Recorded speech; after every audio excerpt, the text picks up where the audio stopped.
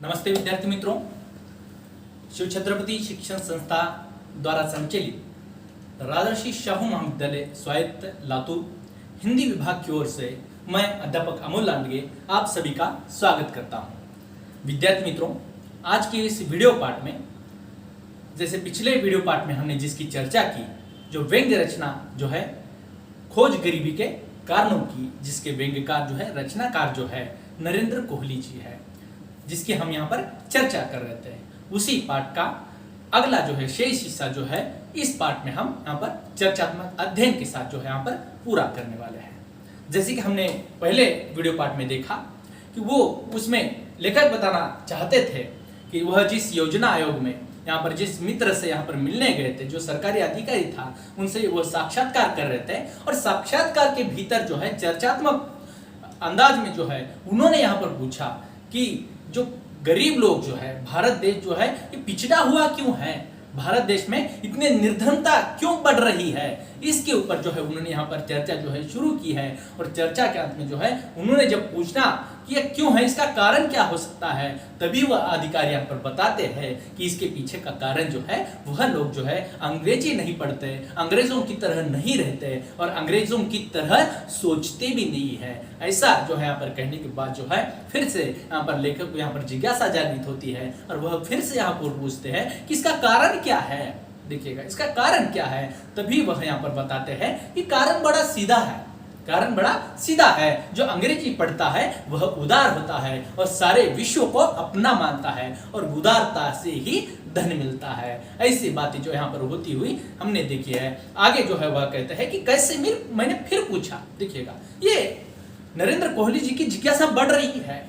जैसे जैसे उनके प्रश्नों के यहाँ पर उत्तर मिल रहे हैं, जवाब मिल रहा है, तो इनकी जिज्ञासा बढ़ रही है और फिर से वह उनको पूछते हैं ये कैसे संभव है। देखिएगा, ये संभव कैसे है, तो फिर से वह उनको समझाने का प्रयास करते हैं कि जो अंग्रेजी नहीं पढ़ता वो कोई देशी भाषा पढ़ेगा, वो आवेग में बोले। देखिएगा, यहाँ पर रचनाकार को बताना चाहते हो, अधिकारी अपनी ज्ञान यहाँ पर प्रस्तुत कर रहे हैं कि जो ज्ञान उन्हें अनुसंधान के आधार पर मिला हुआ है और वह इनको समझा रहे हैं कि जो व्यक्ति अंग्रेजी नहीं पढ़ता वह कोई देशी भाषा पढ़ेगा और ये देशी भाषा से उनको ऐसा लगता है जो देशी भाषा पढ़ते हैं वह ज्यादा पढ़े लिखे नहीं होते, मतलब संकुचित होते हैं, वह जो है ज्यादा धन नहीं प्राप्त कर सकते हैं। और इसीलिए बोलते हैं कि लोग आज तक यही समझ नहीं पाए कि देशी भाषाओं के साथ साथ एक अनिवार्य रूप से एक यह बुराई भी जुड़ी हुई है कि जो लोग देशी भाषा पढ़ते हैं और अंग्रेजी नहीं पढ़ते हैं कि वह लोग जो है वो संकुचित हो जाते हैं। देखिएगा,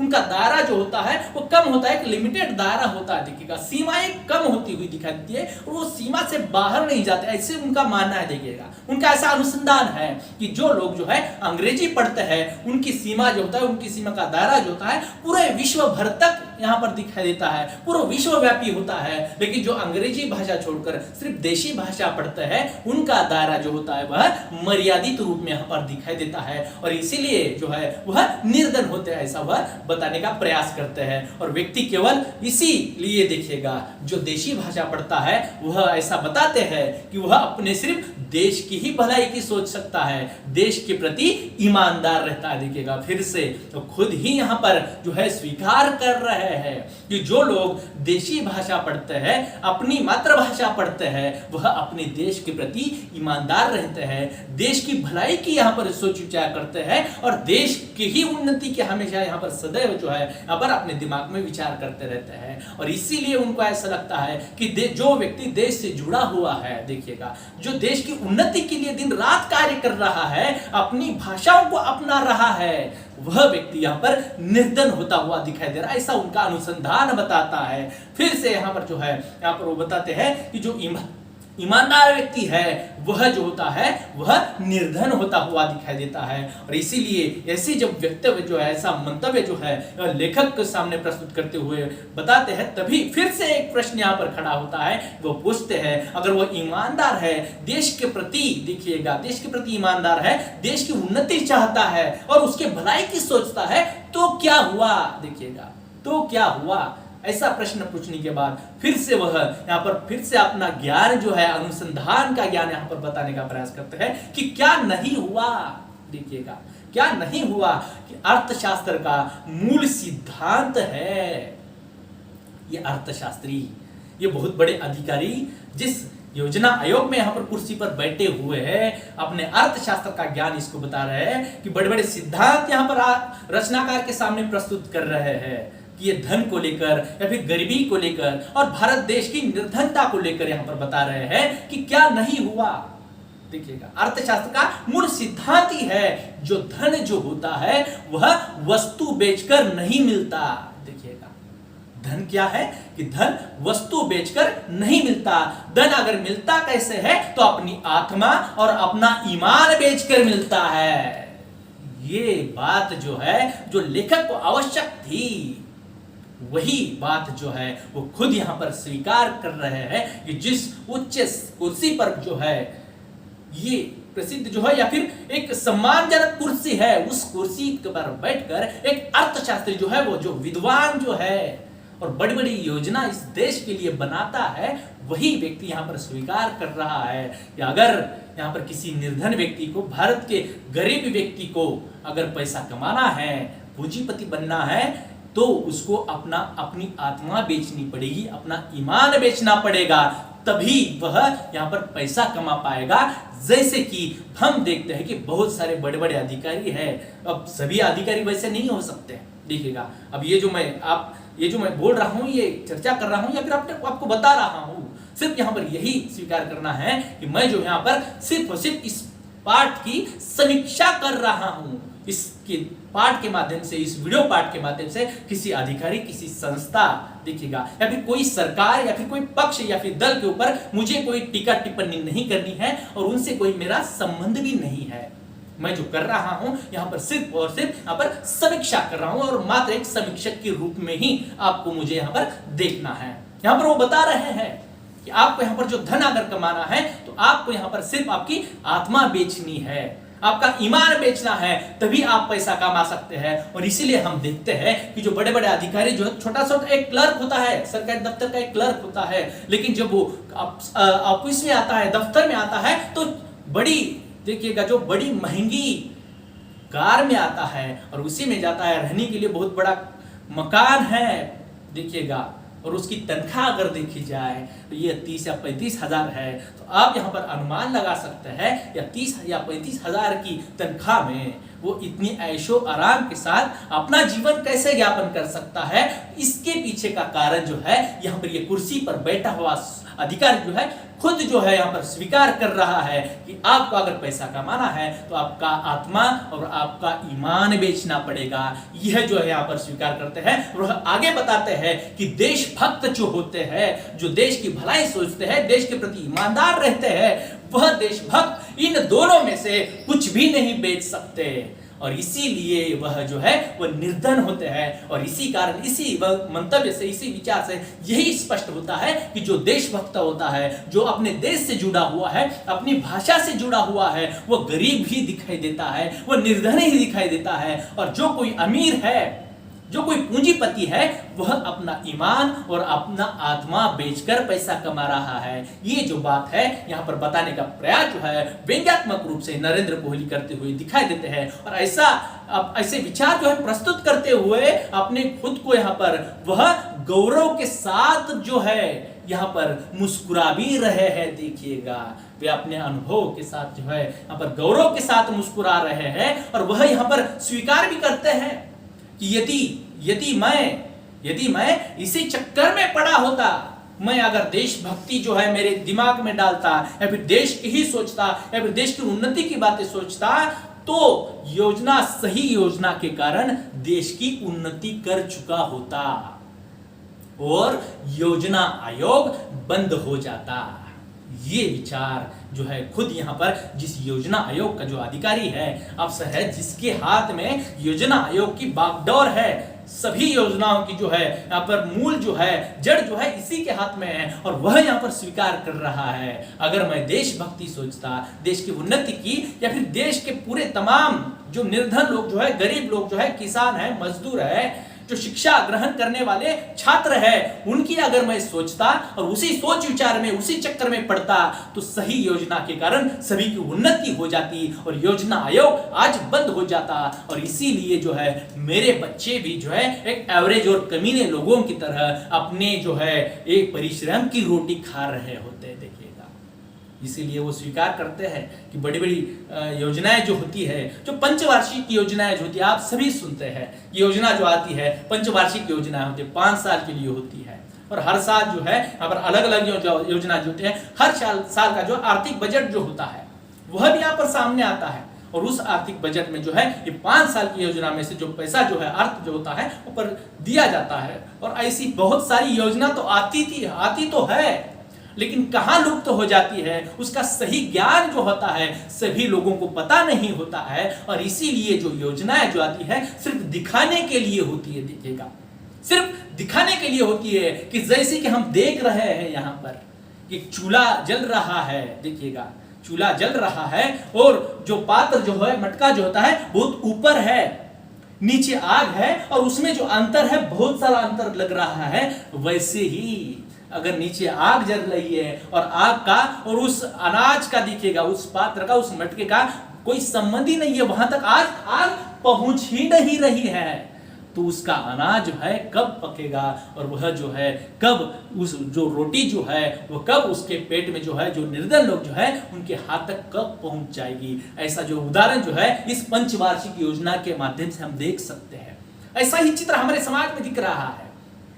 दिखावे के लिए, एक देखने के लिए या फिर घोषित करने के लिए योजनाएं होती है, लेकिन वास्तविक रूप में उसका लाभ जो होता है गरीब, सर्वहारा, शिक्षित या फिर अशिक्षित लोग जो है, किसान जो है, मजदूर है, यहां तक नहीं पहुंचता।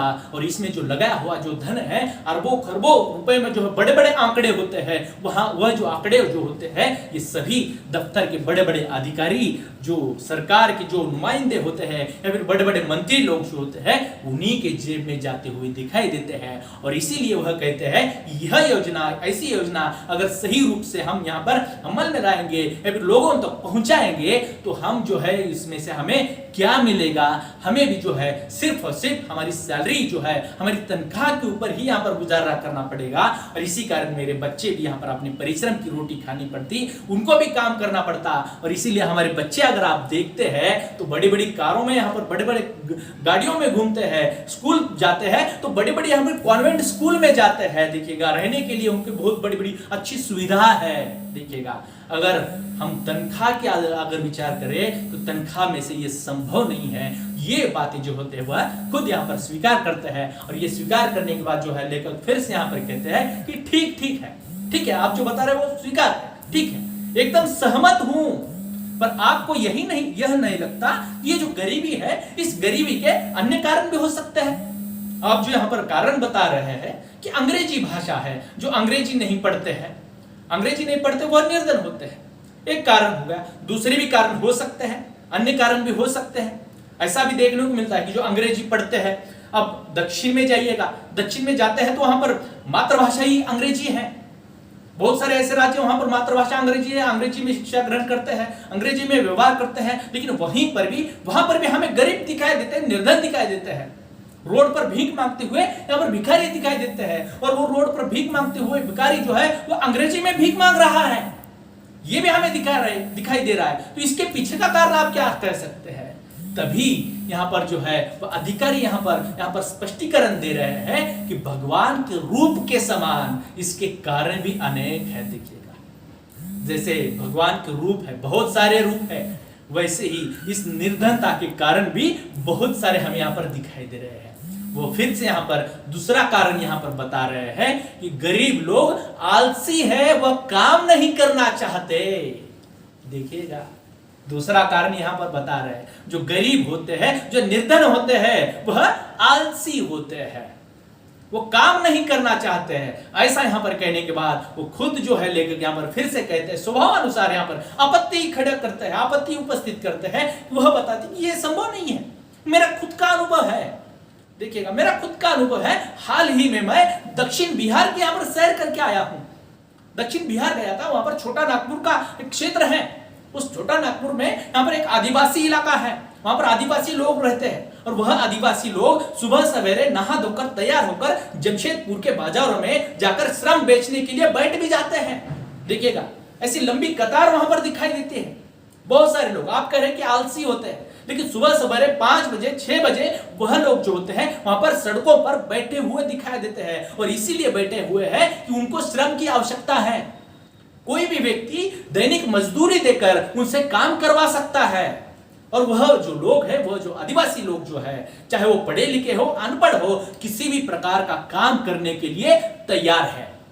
फिर भी वह निर्धन क्यों है? आप कह रहे हैं कि वो आलसी है, वो काम नहीं करना चाहते हैं, लेकिन छोटा नागपुर की जो मैंने खुद अनुभव किया है, यह प्रतीक रूप में है।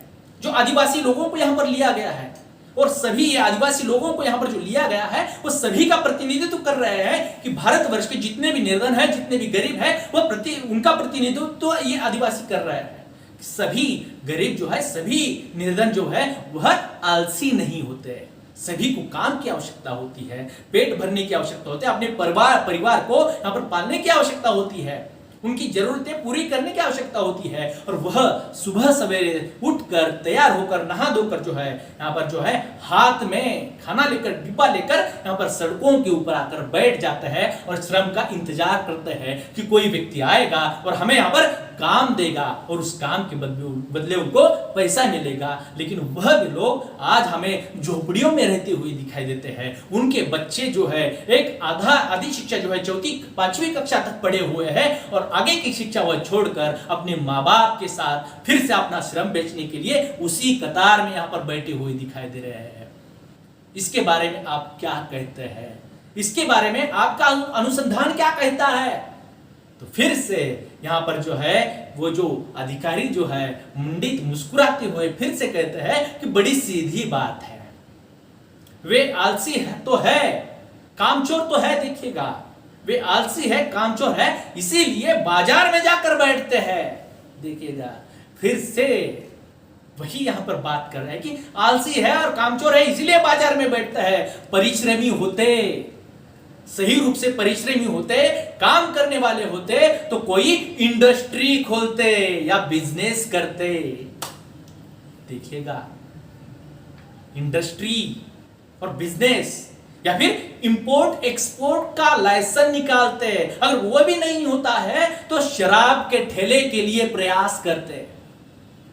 ये खुद जो है बड़ा अधिकारी जो है यहां पर जो है ये अपना मंतव्य जो है, अपना विचार जो है एक सम्मानजनक कुर्सी पर बैठकर यहां पर बोल रहा है।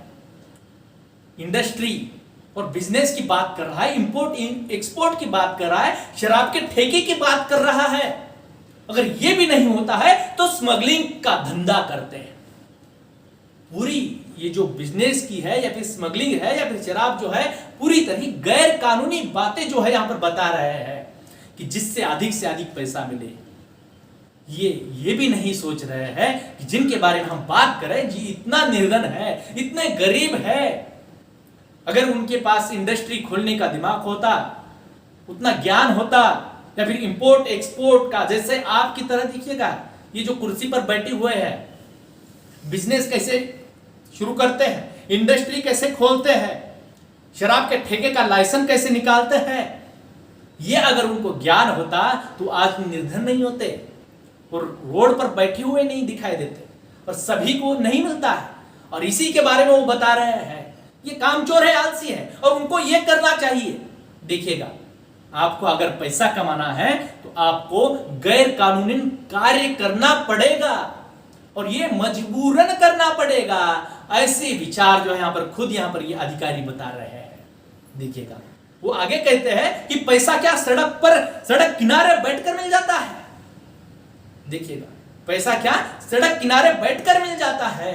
सड़कों पर पैसा नहीं बैठता है, उसके लिए परिश्रम करना पड़ता है। अगर आपको परिश्रम करना है, जो अनपढ़ है, जो मजदूर है, उनके लिए ये बात कर रहे हैं कि आपको यहाँ पर मजदूरी करके पैसा नहीं मिलने वाला है। आपको सिर्फ और सिर्फ कहां से मिलेगा, तो इंडस्ट्री से मिलेगा, बिजनेस करके मिलेगा, और इंपोर्ट एक्सपोर्ट के लाइसेंस से मिलेगा, उसके काम से मिलेगा। और वो भी नहीं होता तो आपको स्मगलिंग करना होगा। देखिएगा, ये बातें जो है यहाँ पर जब कहते हैं तो वो जो है रचनाकार अपने ही अज्ञान पर यहाँ पर पानी पानी हो जाते हैं। देखिएगा, उनको खुद को भी ये पता नहीं था कि ये जो लोग इस समाज में इतने पूंजीपति वर्ग निर्माण हो रहा है हर किसी के। देखिएगा, आज देखते 4-5 महीने पहले कोई व्यक्ति था, परिजन था, जिससे परिचित थे, उनके पास कुछ भी नहीं था, लेकिन 1 साल के बाद जब मिलते हैं उनसे, देखते हैं तो ये बहुत सारे करोड़ रुपए कमा रहा है,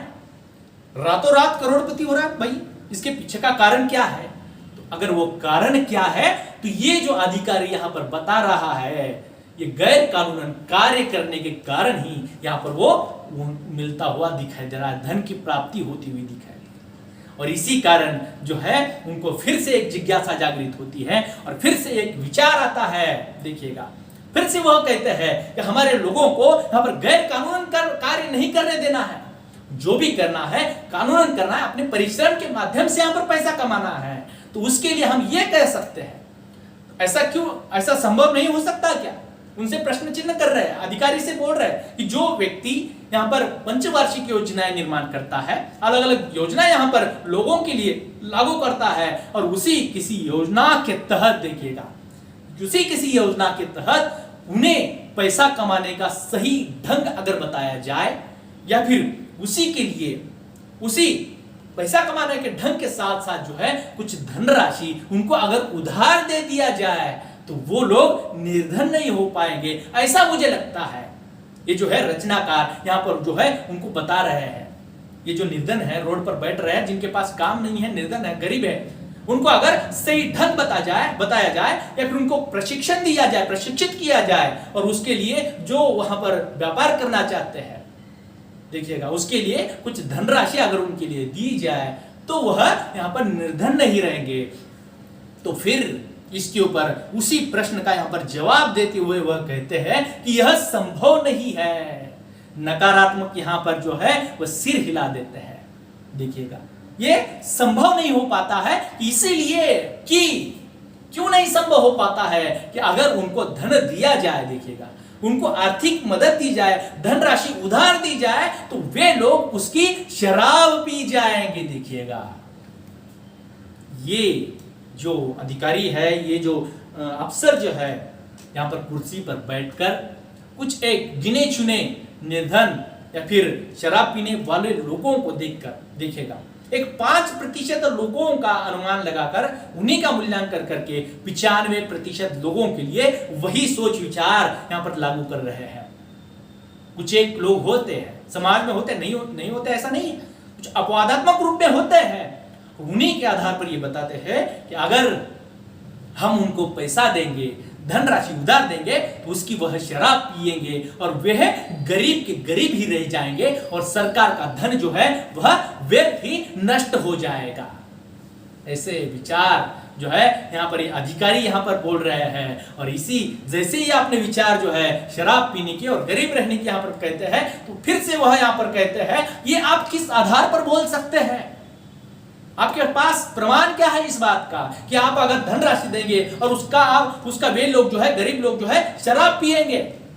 जब प्रश्न चिन्ह उपस्थित करते हैं तो फिर से वह अध्यापक जो है, यहाँ पर रचनाकार जो है, उन्हीं को यहाँ पर प्रश्न बताते हैं कि थोड़ा बहुत तो आप भी पढ़े लिखे ही होंगे, तभी तो आप कॉलेज में लड़कों को पढ़ाते हैं। देखिएगा, फिर से हमारे अध्यापक जीवन के ऊपर, अध्यापक की पेशे के ऊपर जो उन्होंने प्रश्न चिन्ह उपस्थित किया है, वो बताते हैं कि आप कॉलेज में लड़कों को पढ़ाते हैं तो आप कुछ पढ़े लिखे तो होंगे।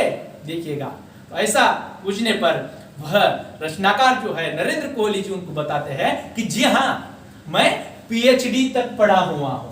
पीएचडी जैसी वह उनको बताते हैं कि हर बार का अनुभव की तरह वह बताने के बाद वहीं पर वहां पर जो है वैसा ही अनुभव करते हैं। देखिएगा, जिस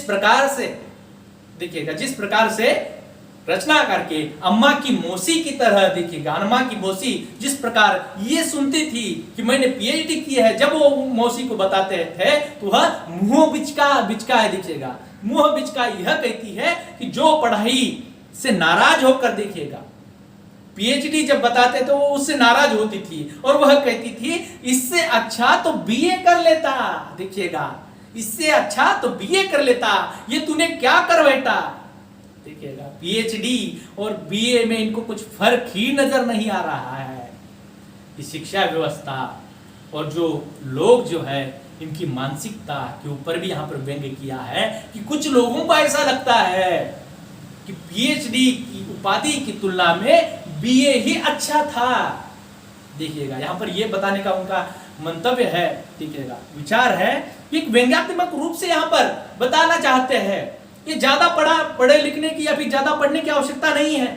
देखिएगा आज के इस दौर में, वर्तमान स्थिति में जो कम पढ़ा लिखा है और जो ईमानदार नहीं है, देखिएगा और अपना ईमान बेचता है, देखिएगा अपनी आत्मा बेचता है, वही यहां पर पैसा कमाता है। जो पीएचडी किया हुआ है, ज्यादा पढ़ा लिखा है, वो देश के साथ जुड़ जाता है, ईमानदार हो जाता है, देशभक्त हो जाता है और इसीलिए वह जो है सिर्फ और सिर्फ अपने काम तक ही सीमित रह जाता है और इसीलिए वह निर्धन रह जाता है। और इसी के ऊपर यहां पर व्यंग्य करते हैं कि मैं अगर बीए ही कर लेता, ये अपनी मौसी के आधार पर, तो ही अच्छा था, यह तूने क्या कर बैठा।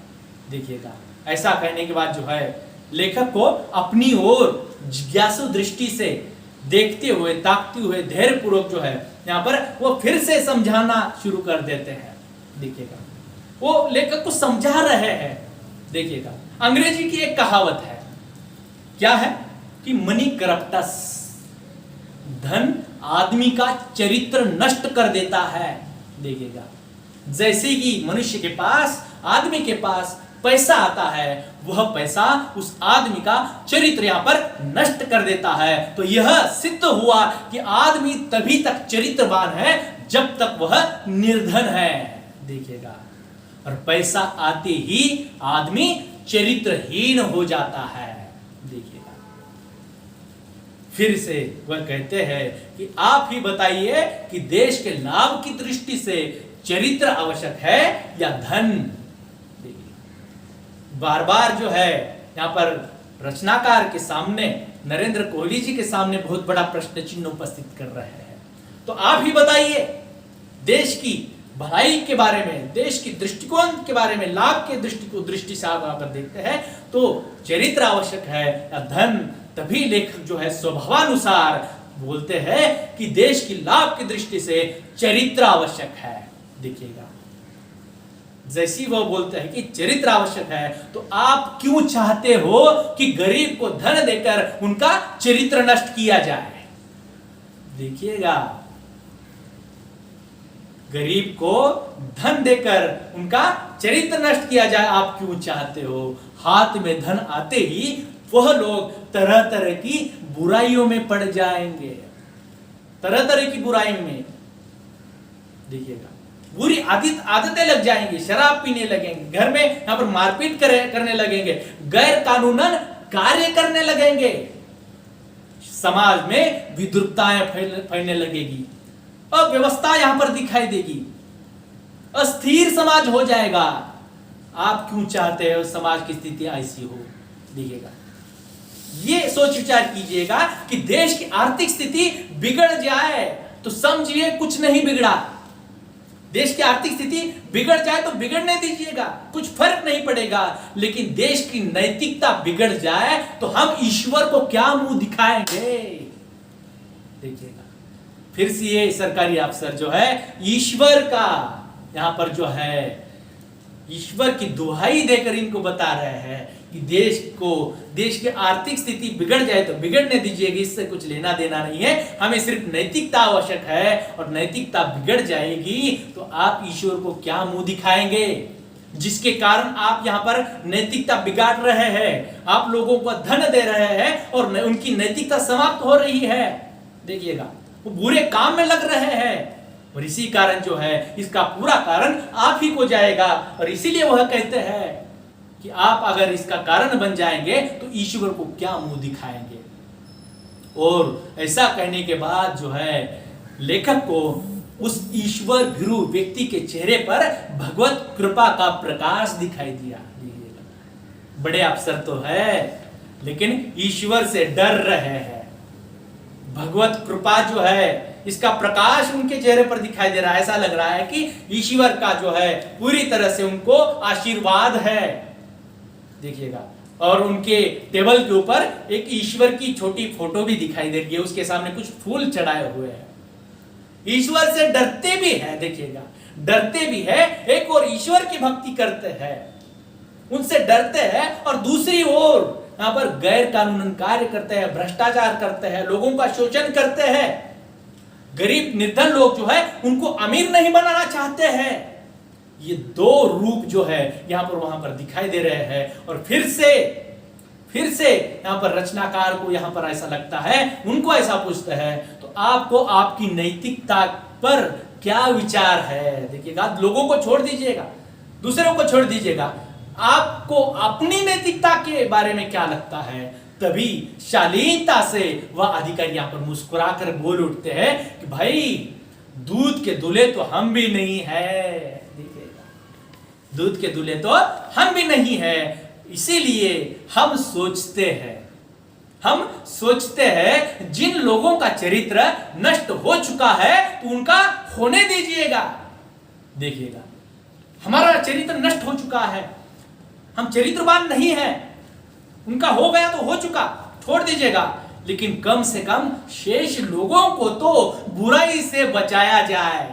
जो निर्धन है, गरीब है, उनका ऐसा मानना है कि हम जो लोग हैं भ्रष्टाचार करते हैं, हमारे पास बहुत सारा पैसा है, गलत मार्ग से हम पैसा कमाते हैं और इसीलिए हमारा चरित्र नष्ट हो गया है। आप अगर गरीब लोगों को सहायता करेंगे, कार्य करने के लिए उनको प्रशिक्षण देंगे, देखिएगा, अच्छा मार्ग दिखाएंगे और धनराशि भी उनको उधार देंगे, तो वह चरित्रवान नहीं रहेंगे, उनका चरित्र नष्ट हो जाएगा। और इसीलिए वह कहते हैं कि उनको इसमें से कुछ भी नहीं देना है, कम से कम उन लोगों को इन बुराइयों से बचाए रखना है।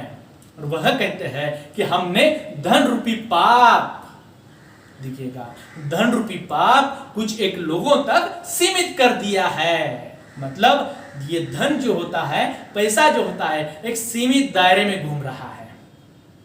एक वर्ग है, धनी वर्ग है, पूंजीपति वर्ग है, और उन्हीं तक इन्होंने ये धन जो है वह सीमित कर दिया है। और इसीलिए कहते हैं कि शेष लोगों को, मतलब जो निर्धन है, गरीब है, जो रास्ते के ऊपर काम की खोज में घूमते रहते हैं, जो किसान है, मजदूर है, खेतीहर है, जो खेतों में दूसरों के, खुद की खेती भी नहीं है, दूसरों के खेतों में जाकर मजदूरी करते हैं, उन लोगों के बारे में यह कह रहे हैं कि उन लोगों को इतना ही करना है कि धनी लोगों को देखकर शिक्षा ग्रहण करना है और इस कुपथ पर न पड़ने के बारे में सोच विचार करना है। देखिएगा, शिक्षा ग्रहण करनी है।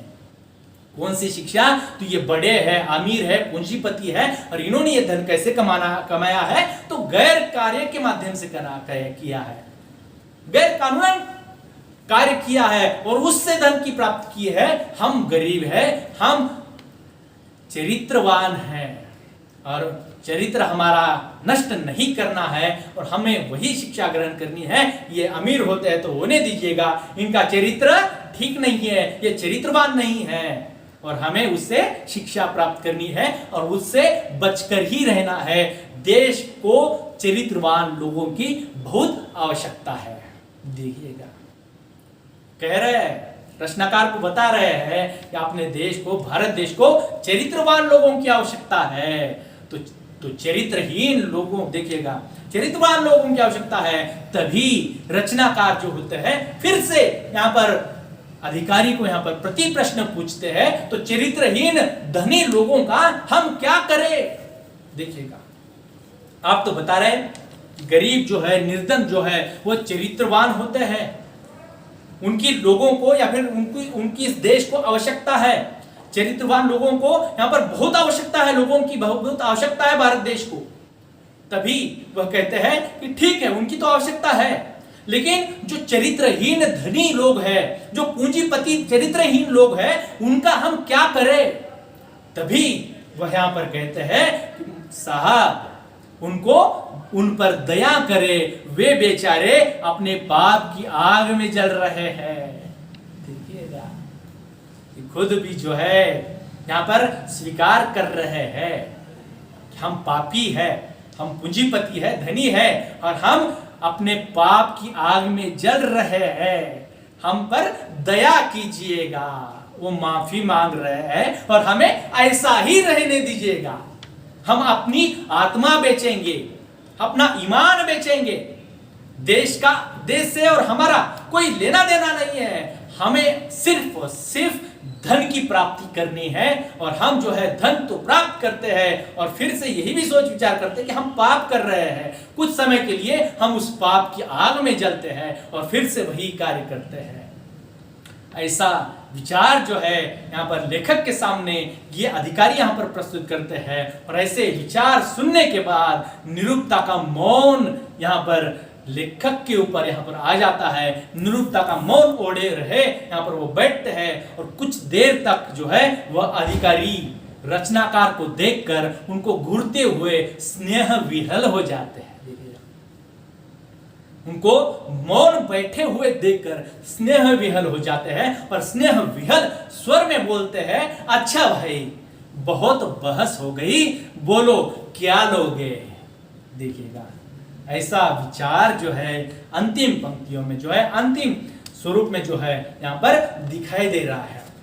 इस प्रकार के विचार एक अधिकारी से जो बड़े ऊंचे दफ्तर में बैठा हुआ है, जहां से इस देश की पूरी योजनाओं की, या फिर गरीबी हो या फिर शिक्षा व्यवस्था हो, हर एक क्षेत्र के लिए बहुत सारी योजना बनती है, देश की उन्नति की बातें जहां पर होती है, वहीं का अधिकारी यहाँ पर इस प्रकार से विचार यहाँ पर प्रस्तुत कर रहा है। और इसी विचार को, इसी सोच विचार को और इसी साक्षात्कार को यहाँ पर जो है, यहाँ पर गरीबी की खोज को लेकर जो है, गरीबी के कारण को लेकर जो है किए हुए इस साक्षात्कार को इन्होंने जो है व्यंग्यात्मक दृष्टिकोण से यहाँ पर प्रस्तुत किया हुआ दिखाई देता है। तो इस प्रकार से जो है यह पाठ जो है यहाँ पर समाप्त हो जाता है। तो इसी चर्चा के बाद जो है, इस पूरे अध्ययन के बाद जो है, समीक्षा के बाद जो है, कुछ समीक्षात्मक मुद्दे यहाँ पर हमें दिखाई दे रहे हैं। यहाँ पर पहला मुद्दा यहाँ पर इस समीक्षात्मक दृष्टिकोण से सामने आता है, यहाँ पर भ्रष्टाचार। पहला मुद्दा, हमारे देश में जो भ्रष्टाचार बढ़ रहा है, भ्रष्टाचार की जड़ अगर कहां पर है, तो सबसे पहले यहाँ पर सरकारी दफ्तर में भ्रष्टाचार का जो है पौधा जो है यहाँ पर पनपते हुए दिखाई दे रहा है। हर एक दफ्तर इस भ्रष्टाचार की पौधों की यहाँ पर नर्सरी बने हुए दिखाई दे रहा है। देखिएगा इस सरकारी दफ्तर वाले इस नर्सरी में भ्रष्टाचार का पौधा यहाँ पर दिखाई दे रहा है। देखिएगा आप दोष देते हैं राजनीतिक लोगों को, जो मंत्री लोगों को, लेकिन इनको सहायता करने वाला, देखिएगा, या फिर इनको दिशा देने वाला, इनको मार्गदर्शन करने वाला एक वर्ग होता है, बड़े बड़े अफसर लोग होते हैं, जिसे हम पर्सनल सेक्रेटरी कहते हैं या फिर प्रिंसिपल सेक्रेटरी कहते हैं। देखिएगा आपको सभी को पता है, बड़े मंत्री महोदय होते हैं, उनके एक पीए होते हैं। देखिएगा सचिव जिसे आप कहते हैं, हर एक दफ्तर में होता है, और वह लोग जो होते हैं इनको सहायता करते हैं। और ये पूरा भ्रष्टाचार की जड़ अगर कहां पर दिखाई देती है, तो शुरुआत कहां से होती है, तो दफ्तर से लेकर पूरे भारत देश में हर एक योजनाओं में हमें भ्रष्टाचार ही भ्रष्टाचार यहां पर दिखाई देता हुआ यहां पर सामने आता है। दूसरा मुद्दा आता है, इस पाठ के माध्यम से गरीबी का पूरी तरह से उपहास किया गया है।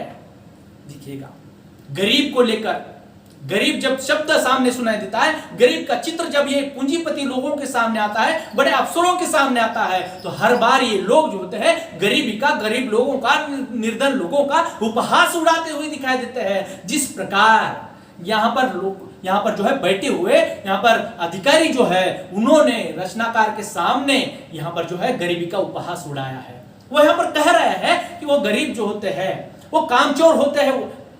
देखिए कामचोर तो होते ही है, लेकिन आलसी भी होते हैं, उनको काम करने का यहाँ पर दिमाग नहीं है, तजुर्बा नहीं है। ये जो उपहासात्मक बात जो है इस पाठ से हमें यहाँ पर दिखाई देती है, इस रचना से हमें दिखाई देती है। तीसरा मुद्दा आता है नौकरशाही। देखिएगा भ्रष्टाचार में और हमारी समाज व्यवस्था में, भारतवर्ष में सबसे महत्वपूर्ण जो है एक क्षेत्र आता है वह नौकरशाह वर्ग। देखिएगा नौकरशाह वर्ग जो ऐसा भी माना जाता है जो पर्दे के पीछे का कैरेक्टर है। देखिएगा, पर्दे के सामने कोई होता है और उसको चलाने वाला दूसरा वर्ग होता है। और इसीलिए कहते हैं ज्यादा अगर शोषण कहां पर होता है, ज्यादा अगर भ्रष्टाचार यहां पर होता है तो सरकारी दफ्तर में ही यहां पर होता हुआ दिखाई देता है। और यही नौकरशाह वर्ग जो है इस भ्रष्टाचार के पौधे को अपनी नर्सरी में यहां पर कहा जाता है कि भ्रष्टाचार की नर्सरी जो है ये सरकारी दफ्तर है और हर रोज यहां पर जो है उर्वरक देते हैं, पानी देने का काम करते हैं और भ्रष्टाचार का पौधा जो है यहां पर फैल रहा है, पूरे भारतवर्ष में फैल रहा है। और इसके लिए जिम्मेदार अगर कौन है तो ये नौकरशाह वर्ग है। यही मुद्दा जो है, यही बात जो है इस रचना के माध्यम से सामने आ रही है। देखिएगा, और इसी के माध्यम से जो है वहां पर बताना चाहते हैं। अगला मुद्दा यहां पर दिखाई देता है कि पंचवार्षिक योजनाएं। पंचवार्षिक योजनाएं जैसे हमने इसमें देखा, जिस कार्यालय का और जिस अधिकारी का यहां पर वर्णन किया गया है और जिसके साथ यहां पर बातचीत हो रही है, वहीं से इस भारतवर्ष के लिए पंचवार्षिक योजनाएं आती है। और इसी पंचवार्षिक योजना में बहुत सारा यहां पर जो है भ्रष्टाचार होता है, लोगों का शोषण होता है। और वह पंचवार्षिक योजनाएं जो होती है तरह तरह की होती है, अनगिनत योजनाएं होती है। देखिएगा, अगर कोई किसान है तो किसान के लिए हजारों लाखों योजनाएं होती है, लेकिन खुद उस किसान को ही पता नहीं होता है कि मेरे लिए, मेरी खेती के लिए, मेरी उन्नति के लिए सरकार ने कौन कौन सी योजनाएं लाई है। देखिएगा, और उस योजना के तहत मुझे यहां पर किस प्रकार की सहायता मिलने वाली है और जिस सहायता के कारण मेरा विकास होने वाला है, यही जो है पंचवार्षिक योजना में दिखाई देता है। लेकिन ये पंचवार्षिक योजना जो होती है सिर्फ और सिर्फ दिखाने के लिए होती है। और एक जगह पर जो है ये अधिकारी जो होते हैं खुद यहां पर स्वीकार कर रहे हैं कि मैं अगर सही रूप से अच्छी योजना यहां पर लागू करूंगा तो मेरे बच्चे जो है यहां पर जो है किसी अनपढ़ और गंवार लोगों की तरह और एवरेज लोगों की तरह किसी सरकारी स्कूल में जाएंगे, पाठशाला में जाकर पढ़ेंगे और अपनी मेहनत की रोटी खाएंगे। और ये योजना आयोग में बंद हो जाएगा, देश का विकास हो जाएगा। और इसीलिए जो है यहां पर योजनाएं आती है, पंचवार्षिक योजना तो आती तो है लेकिन वह अच्छी तरह से वहां पर लागू नहीं हो पाती है और इसी कारण जो है देश का विकास नहीं हो पाता है। ऐसा जो यहां पर दिखाई देता है। अगला मुद्दा जो हमें दिखाई देता है कि शिक्षा व्यवस्था के ऊपर, शिक्षा व्यवस्था इसके ऊपर भी यहां पर जो है यहां पर नरेंद्र कोहली जी ने तीखा व्यंग किया हुआ दिखाई दे रहा है। आज की शिक्षा व्यवस्था ये बाजारू हो गई है, एक व्यावसायिक पक्ष जो है इस शिक्षा व्यवस्था में आ रहा है। देखिएगा, ज्यादातर गली मोहल्ले में देखिएगा, एक एक शहर में हजारों यहां पर जो है महाविद्यालय खुल रहे हैं। देखिएगा, ऐसा भी कहा जाता है हर एक गली में एक आध महाविद्यालय आपको दिखाई दे रहा है। और वह कैसा है तो व्यावसायिक है। देखिएगा, अब शिक्षा नीति, नई शिक्षा नीति तो ऐसी कहती है जो व्यावसायिक है, जिससे इंजीनियर है, डॉक्टर बाहर निकलते हैं। वहां के अगर यहां पर फीस अगर देखी जाए, देखिएगा वहां पर अगर फीस, इंजीनियरिंग की फीस है 1.5 लाख 2 लाख फीस है, मेडिकल की तो पूछिएगा मत। इंजीनियरिंग में जो है एक मध्यम वर्ग का व्यक्ति जो है अपने बच्चों को वहां पर पढ़ा सकता है, लेकिन मेडिकल में बच्चे में वो पात्रता होने के बावजूद भी वह मेडिकल में दाखिला नहीं ले सकता। क्योंकि अगर मेडिकल की आपको डिग्री प्राप्त करनी है तो पूरी डिग्री प्राप्त करने के लिए कम से कम आपको 20 या 25 लाख की लागत लगती है। जो व्यक्ति बाजार में मजदूरी करता है, देखिएगा, या फिर किसान है जो अपनी खेत में काम करता है, सालाना उसका जो पैसा जो है कमाना है, सालाना उसके हाथ में जो पैसा आता है, धनराशि आती है, साल भर के लिए 1 या 1.5 लाख आती है, वह अपने बच्चों को 25 लाख फीस भरकर इस बड़े बड़े बाजारू शिक्षा व्यवस्था में शिक्षा कैसे प्राप्त करवाएगा। ये आज की शिक्षा व्यवस्था के ऊपर भी तीखा व्यंग्य किया है। और इसीलिए वह कहते हैं कि मेरी पीएचडी की उपाधि कुछ काम की नहीं है। देखिएगा, आज के अगर पीएचडी की उपाधि प्राप्त करते हैं, सेट नेट होते हैं, क्वालिफाइड होते हैं, फिर भी कुछ काम की नहीं है।